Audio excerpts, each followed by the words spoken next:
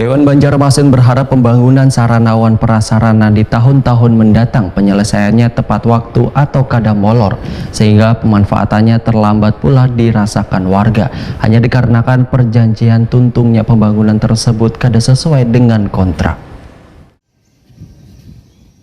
Dewan Banjarmasin berharap pembangunan sarana wan prasarana di tahun-tahun mendatang penyelesaiannya tepat waktu atau kada molor, sehingga pemanfaatannya terlambat pula dirasakan warga, hanya dikarenakan perjanjian tuntungnya pembangunan tersebut kada sesuai kontrak. Demikian dipadahkan anggota Komisi 3 DPRD Banjarmasin Sarifah Sakinah, wayatakon di Prima TV jelang tengah hari Rabu 1 Februari 2023. Politisi Partai Amanat Nasional ini pun meminta SKPD di lingkungan pemerintah Kota Banjarmasin untuk menyelesaikan proyek sesuai dengan tanggal perjanjian kontrak, supaya kada menimbulkan permasalahan di kemudian hari.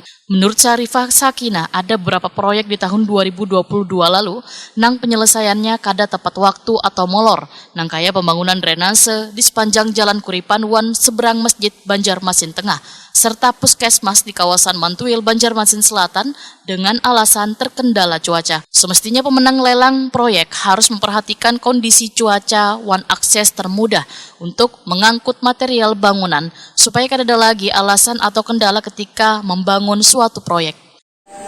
Saya kebetulan sebagai di Komisi 3 menghimbau untuk pemerintah kota, yang mana kita lihat di tahun 2022 tadi ada beberapa proyek yang tidak tepat waktu atau bisa dikatakan molor.